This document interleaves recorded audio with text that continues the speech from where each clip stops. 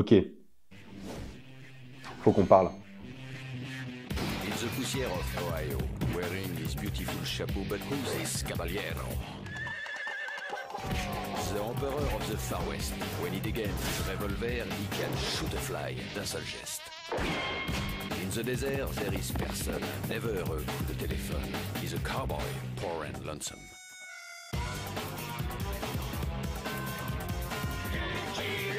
Il a pas peur de personne.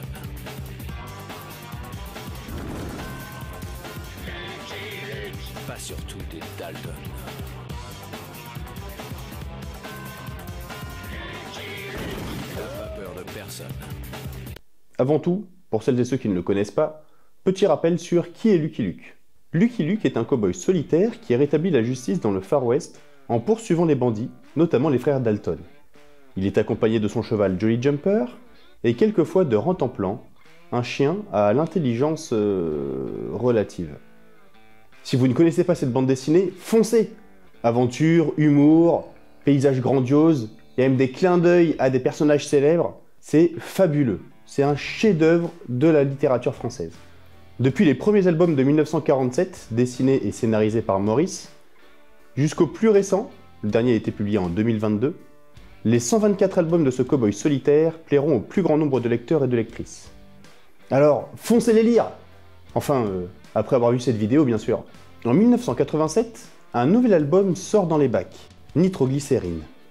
Lucky Luke doit escorter un chargement de nitroglycérine, un liquide très explosif, jusqu'au fin fond du Far West. Entre les Dalton, les autres bandits et les aléas topographiques, notre cow-boy aura fort à faire pour protéger le fragile convoi. Si la nitroglycérine subit le moindre choc, elle explose. Et ça, de la nitroglycérine qui explose, on en a vu dans plein d'autres médias. Que ce soit des films, des dessins animés, des bandes dessinées, des livres. À chaque fois, la nitroglycérine, au moindre choc, elle explose. Mais qu'en est-il réellement? Est-ce que la nitroglycérine explose réellement au moindre choc? Et après tout, c'est quoi la nitroglycérine?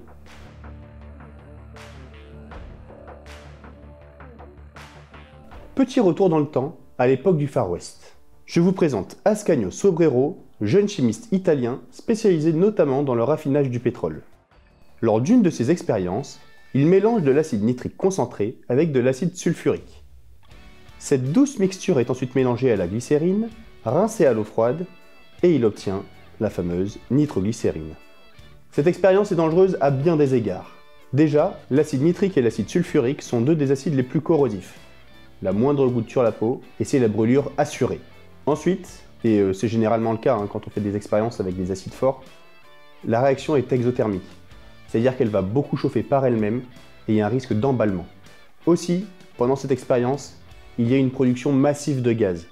Que ce soit des gaz soufrés, de l'ammoniac, du monoxyde de carbone, bref, tout un bon cocktail de gaz bien toxique.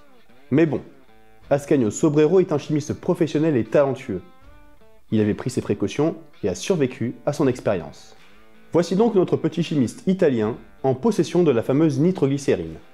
Laissez-moi vous lire la description que j'ai trouvée dans une revue militaire suisse de 1869.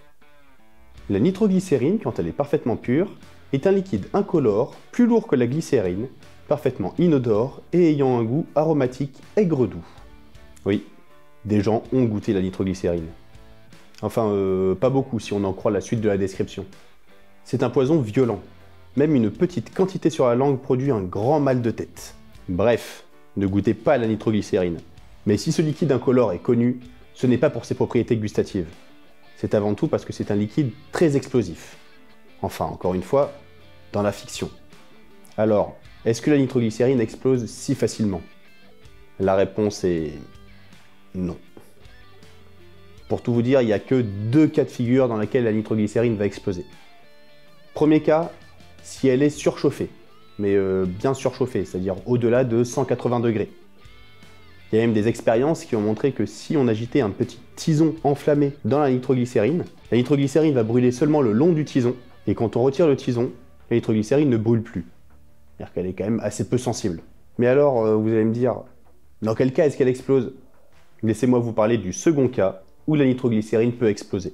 Lors de la préparation de la nitroglycérine, les expérimentateurs stipulent que celle-ci est stable si on a beaucoup rincé à l'eau froide à la fin de la réaction. C'est là qu'est le truc. Si on n'a pas bien rincé à la fin de la réaction, il va rester quelques petites traces d'acide un petit peu partout. Et c'est cet acide qui va rendre la nitroglycérine hyper instable. Vous me voyez arriver, à la moindre trace d'acidité, la nitroglycérine explose. Dans les conditions du Far West, on peut facilement supposer que la nitroglycérine n'était peut-être pas très bien rincée à la fin des expériences. Il devait donc rester quelques toutes petites traces d'acide, et les moindres chocs mettaient en contact l'acide avec la nitroglycérine, ce qui faisait exploser cette dernière. Attendez. La moindre trace d'acidité fait exploser la nitroglycérine. Je vous rappelle qu'il y a des gens qui ont goûté la nitroglycérine. Et que dans l'estomac, on a de l'acide chlorhydrique, qui est un acide plutôt fort. Comme quoi, je pense qu'on peut tirer deux conclusions de toute cette affaire. Déjà, d'une part, la nitroglycérine n'est pas du tout si explosive que ça. Et d'autre part, ne goûtez pas la nitroglycérine. Si cette vidéo vous a plu, n'hésitez pas à mettre un pouce bleu et à vous abonner à la chaîne. Allez, à la prochaine. I'm a poor lonesome cowboy. I'm a long, long way from home.